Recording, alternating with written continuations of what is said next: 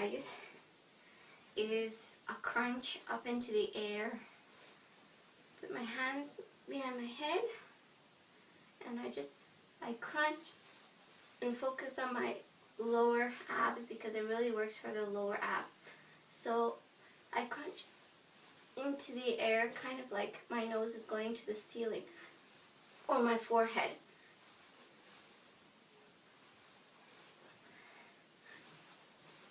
And try to keep my feet flat.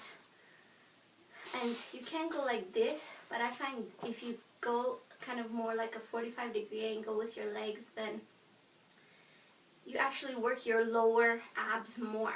So I do 100 of those, and then I will do a basic crunch. And before, when you're first starting, it's very hard to do a basic crunch. So the way I eased into it is I will do what I call my Cindy Crawford crunch, because that's where I learned it from. I'll put my hands behind my head like this, I'll clasp them, and I'll put them all the way, stretching back, and then I'll come up like this. And I'll go down, stretch this way, and then stretch all the way when I come down. And then stretch this way. And I used to do 100 of those. And when those got really easy, then I would turn into a crunch. And that's how I will do a crunch, and I'll do 100 crunches. So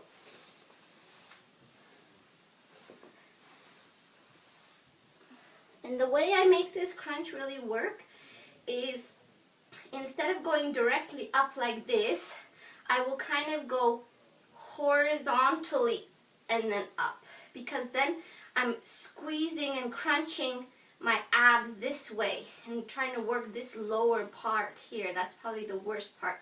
So I will come up and try to squeeze and then go up. Instead of going up like all the way up like this, I will try to go squeeze them horizontally, trying to go up, squeezing my abs and then going up like that. So I will do 100 crunches, and then I will do the bicycle,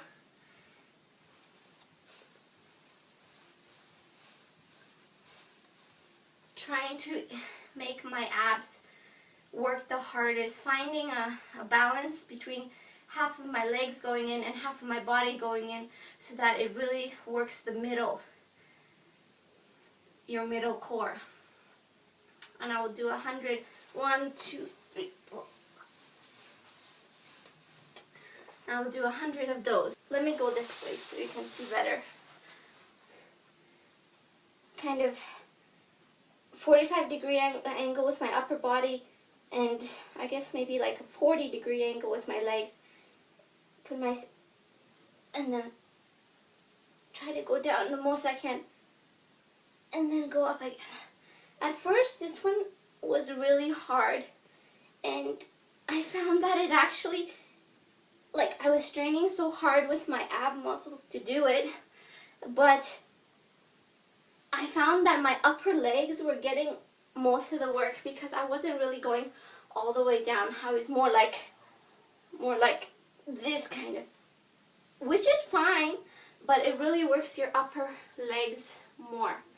That's a good thing as well, but the great thing about all of these exercises is that it doesn't just work your abs. Your abs, like, strain, they work hard, but it really helps with all your body. It helps with your upper legs a lot. Well, that's where, like, all my weight is kind of stored, because I'm not a tall person, so all my weight is kind of stored in my hips and legs and stuff. So it was really working that part. So I don't know if that's just me or if that exercise kind of does that for everybody. But now I will go down.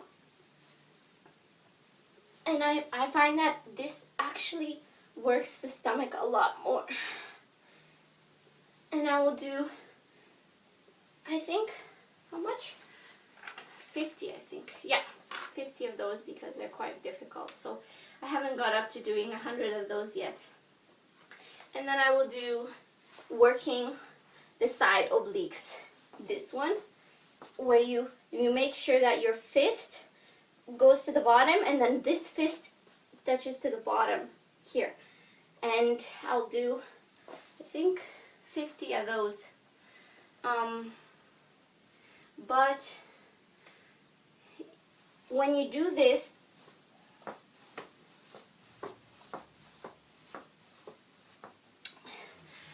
it's supposed to be working your obliques here on your sides, but what I find, it really works your, I guess, love handles at the back here the most. So that's good. Out of all of these exercises,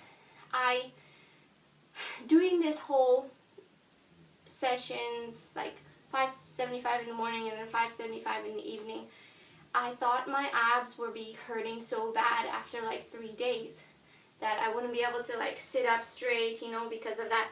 Your abs are so like tight here that you can't even go, or you'll get up in the morning and you're so sore. But I didn't find that at all. I don't know why that is, but I didn't have any soreness of abs. The only soreness I had was from my lower back, and I guess kind of like in the back area here. And I think that was mainly from this exercise and then the plank at the end, because the plank at the end, I really purposefully put a lot of pressure on my back to make it like squeeze so hard so that it's getting the most benefit. I will do 25, 50, and 50. So lay on my back. I put my hands kind of like on the bottom, propping my bum like this. I put my legs out pointed straight, and then I will just lift them up, and I'll put my head down because I find that works better for my legs, or for my lower stomach. And these ones, there's a way that you move your legs to make them work your lower abs, and then there's a way that you do it that it'll only work your upper legs. I don't know how to explain this, but I'm gonna try. So maybe you will see the difference, maybe not. Okay, so this is the way that you work the lower abs. I will really stretch the bottom of my abs when I'm going down with my legs. I really stretch the bottom and make my legs pointed and go down, like very stretchingly go down.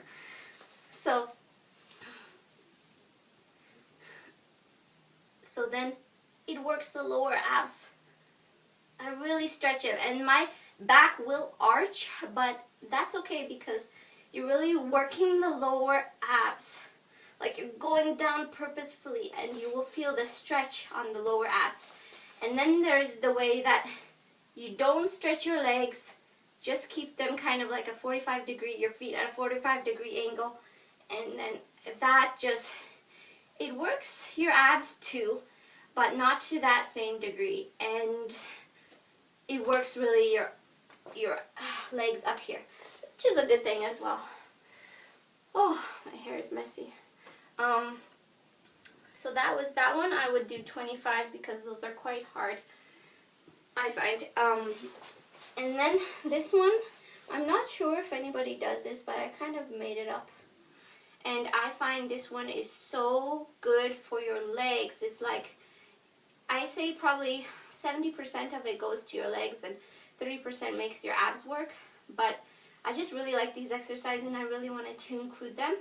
And I will do 50 of these. So I will spread my legs, feel the stretch as far as I can. So I will, and then I'll cross legs really, and then make little up and down movements with my legs. Maybe like from 0 to 30 degrees up and down. And this is really good for kind of the whole side of the abs here, and the lower abs a little bit. And then the last ones is, I'll go this way so you can see better. The last one is the one kind of like this, and then you gotta go up and go down at the same time with your legs, just a little bit. And if you do it right, then it works like so good. It like burns so bad for your lower stomach. And I just think, I don't really want to target, I don't care about my upper stomach, because if I get to this point, then this will like shed easily. So I'm not really worried about the upper or even the sides or anything. I just really focus on trying to get every one of my exercises to be working the lower stomach.